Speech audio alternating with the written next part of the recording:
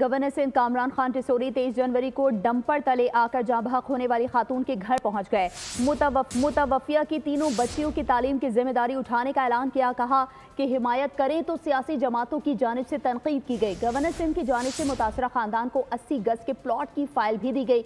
उन्होंने डंपर तले कुचले जाने वालों के लवाहिकीन को गवर्नर हाउस भी बुला लिया। 12 अप्रैल को दोपहर 2 बजे इस शहर में जितने लोग डंपर तले कुचले हैं या टैंकर तले कुचले हैं, उनके लवाहिकीन गवर्नर हाउस आ जाएं, मेरे साथ बैठकर खाना भी खाएं। उनके तमाम कवाइफ लिखे जाएंगे।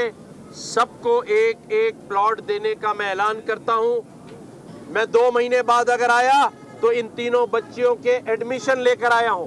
मैं अगर 3 महीने बाद आया तो आज से महीने के जो पैसे ये कमाता था उतने पैसे इसको हर महीने मिलेंगे। महाजिर नारा लगेगा। मैंने सबसे पहले गवर्नर हाउस में 77 साल के बाद महाजिर सकाफत, महाजिर कल्चर डे का प्रोग्राम किया है। मैं इस शहर का बेटा हूं, मैं भी महाजिर हूं। सब्सक्राइब करें और बेल दबाएं ताकि कोई खबर रह न जाए।